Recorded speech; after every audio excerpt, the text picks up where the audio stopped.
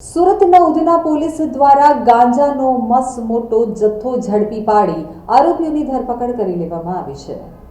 ગઈકાલે અમારા Udhna police station વિસ્તારમાં એક જગ્યાએ ગાંજાનું હેરાફેરી થવાની છે એ પ્રકારની માહિતી ઉધના સર્વેલન્સ સ્ટાફના અરવિંદભાઈને મળી હતી।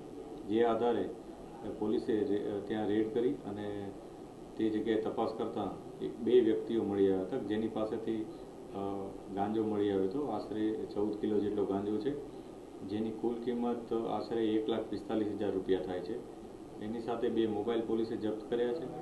આ મોબાઈલની કિંમત 20,000 ગણવામાં આવી છે અને લગભગ 1,60,000નો મુદ્દામાલ પોલીસે રિકવર કર્યો છે।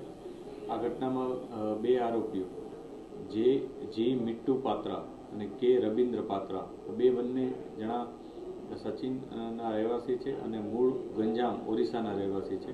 તેઓ ઓરિસ્સાથી આવી રીતના ગાંજો લઈને આવનાર હોવાની માહિતી પોલીસને મળી હતી।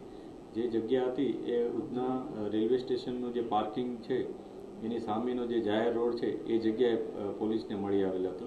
જે બાબતે પોલીસે ગુનો નોંધી અને આગળની કાર્યવાહી કરી છે। આ ઘટનામાં જે બે વ્યક્તિઓ વોન્ટેડ છે, કે એકનું નામ કાલુ અને એક બાબુલા કરીને છે, એની તપાસ અત્યારે પોલીસ કરી રહેલ છે। કેટલા સમયથી ગાંજાનું વેચાણ કરતા હતા અને કોને આપવાના હતા? અત્યારે આ તપાસ અત્યારે ઇન્વેસ્ટિગેશનમાં આ જ બાબત ચાલી રહ્યું છે કે બાબુલા નામના એક વ્યક્તિને એ લોકો આપનાર હતા એ પ્રકારની માહિતી છે। પોલીસ એને પણ કાલુ નામના એક વ્યક્તિને આપનાર છે એ પ્રકારની માહિતી છે, એને પણ અમે ઇન્વેસ્ટિગેટ કરી રહ્યા છીએ। કાલુની પણ શોધખોળ કરી રહ્યા છીએ।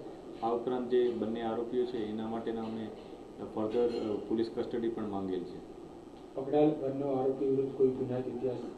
અત્યાર સુધી એનો કોઈ ગુનાહિત ઇતિહાસ સામે આવ્યો નથી, પરંતુ અગાઉ કેટલી વાર એ લોકોએ આ પ્રકારે ગાંજાની અથવા અન્ય કોઈ ગેરકાયદેસર પદાર્થોની હેરફેર કરી છે કે નહીં એની અત્યારે ઇન્ટ્રોગેશન કરી રહ્યા છે।